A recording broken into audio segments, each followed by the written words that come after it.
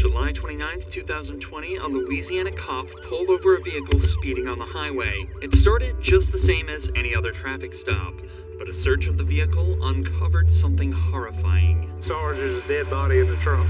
Not only was Mitchell going almost 20 miles an hour over the speed limit, but he didn't even have a driver's license. Do you have your driver's license? No, sir. Do you have a driver's license? No, sir. This charge alone could net him fines of up to $500 and 6 months in jail, not to mention the fines from the speeding ticket. But unbeknownst to the cop, Mitchell will be going back with more than just a speeding ticket. Is there any weed in the car, man? Don't stop. Step here. Is there any weed in the car?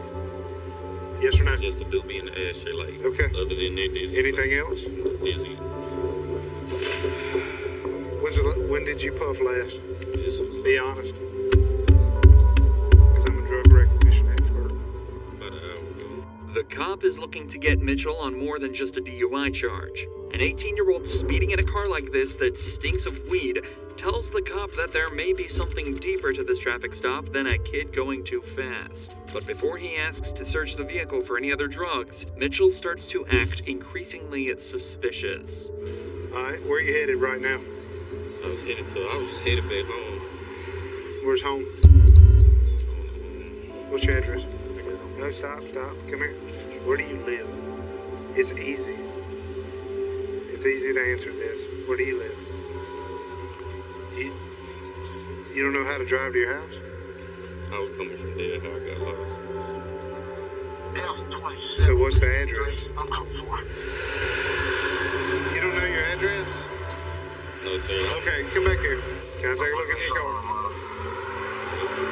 Yes or no? Yes, sir.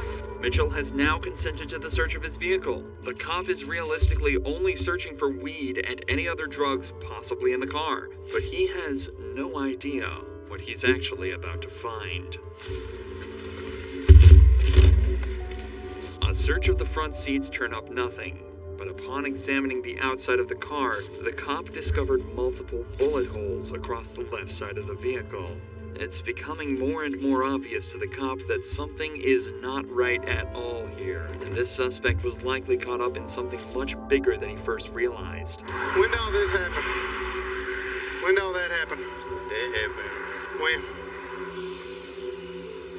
My brother, he said it. How long happened, ago? like, Days? Yeah. Okay, come back. Just leave this here. Come back here. Just stay right here in front of my car. Hey, it's Jesse again. I'm sorry to bother you. I got this car speeding 73 and a 55. It's a black and orange Camaro. And it's got like 3 bullet holes in the left side of it. He said he thinks his brother said his car was in something 2 nights ago. The officer's check of the vehicle returns nothing other than proof Mitchell is lying. His address comes back as somewhere completely different to where he's saying, and the car is registered to someone with a completely different surname. Now, he says he lives in Winsboro, but he's got a Richwood address, and the car comes back out of Monroe, and he's got this, he's got a GPS thing put in, but he don't even know the address, so he's lying about a bunch of junk. Where do you live? Be honest to me. Monroe? Yes. Richwood? Yes. You don't live in Winsboro? Yes. Why would you try to bluff me on that? Why would you lie to me on that? Because I already knew that before this guy said something. What's up? Talk to me.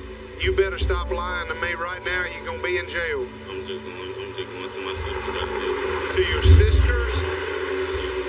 That's the last freaking lie you better tell me. This whole situation is already immensely confusing. But then all of a sudden, something even weirder happens. A completely random man pulls up at the scene claiming that his family are looking for him. His family in Monroe is looking for him. They sought me out here. Okay, all right. Well, I got somebody pulling up behind me, Scooter. What do you mean they were looking for him? They looking for him. The car missing. Hey. Okay, give it phone. Hey, man, he's not giving that name, though. He's giving another name.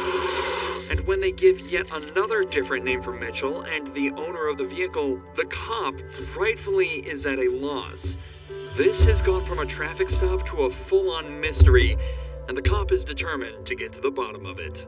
There's a kid that's been reported missing, and they took the car from Monroe, and lied to me about his last name. I mean, his address and where he's from. Random guy pulls up behind me, said, "Hey, this guy's looking for that kid.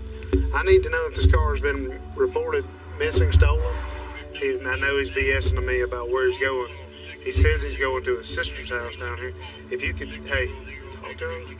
See if you can figure out if the sister thing is legit. He said this guy gave him the car.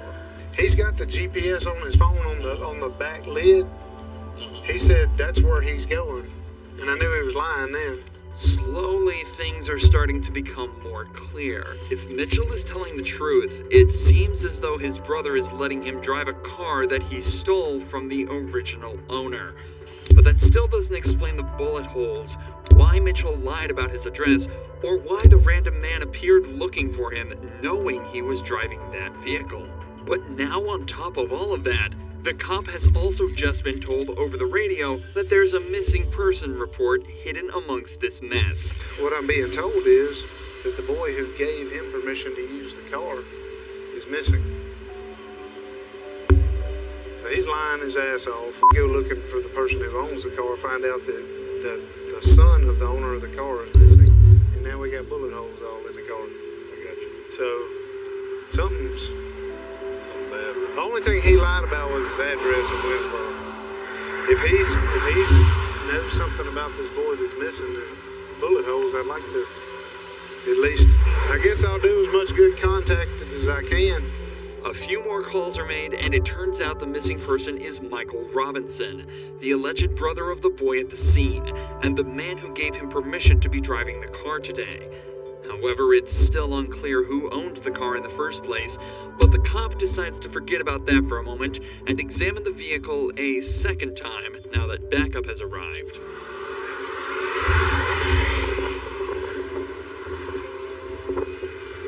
Like, this looks close. Like bam, bam, bam, bam. Yeah. And the boy, see? Little did he know, this is where all his questions would be answered at once, in the most gruesome way imaginable. I'm gonna do the obvious thing I want to do.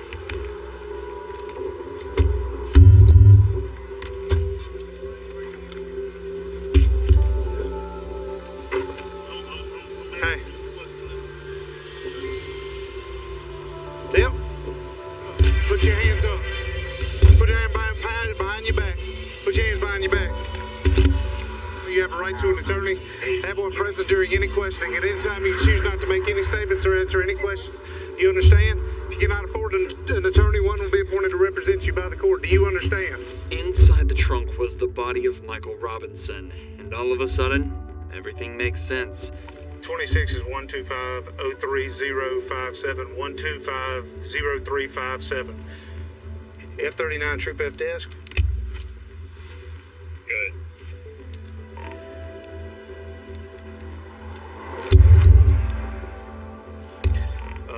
Need a supervisor out here.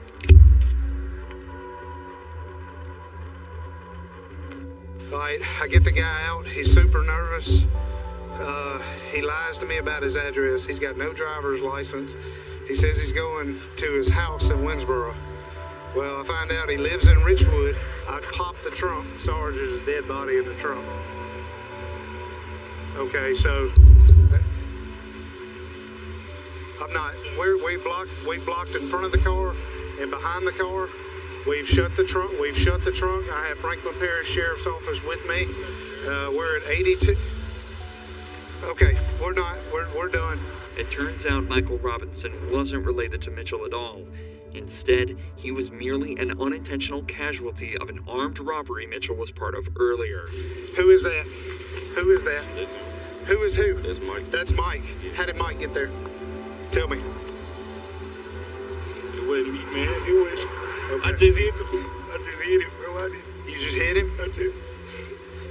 In the mayhem of the robbery, Mitchell shot Robinson multiple times with a handgun before loading him into his trunk and driving him away to Winsboro to dump the body. But of course, before he could make it, he was pulled over by the officer for speeding. Michael Mitchell is being charged for the armed robbery and the second-degree murder of Michael Robinson. Mitchell is currently awaiting his trial, but is expected to be sentenced to life behind bars.